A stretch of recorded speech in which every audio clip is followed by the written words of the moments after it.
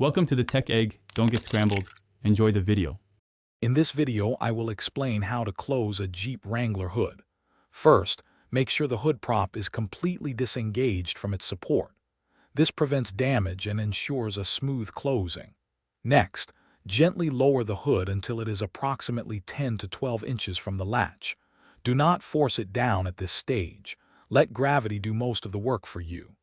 This initial drop sets up the proper alignment for the final closure.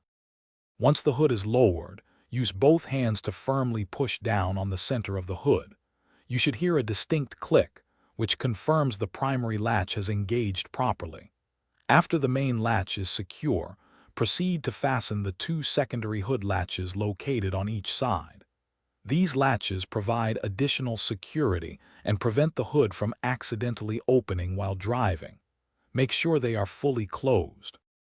After securing all latches, take a moment to verify the hood is flush with the fenders on both sides.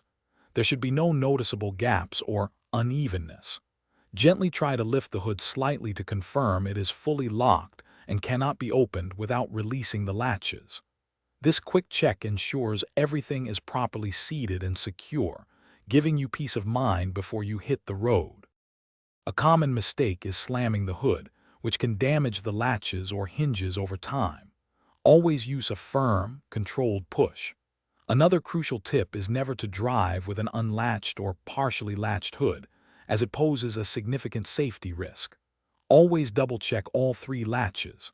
Following these steps will ensure your Jeep Wrangler hood is closed securely every time. Also, check the description below for a link to the Echo Dot smart speaker and other great deals. Thanks for watching. Consider subscribing if I helped unscramble your problems.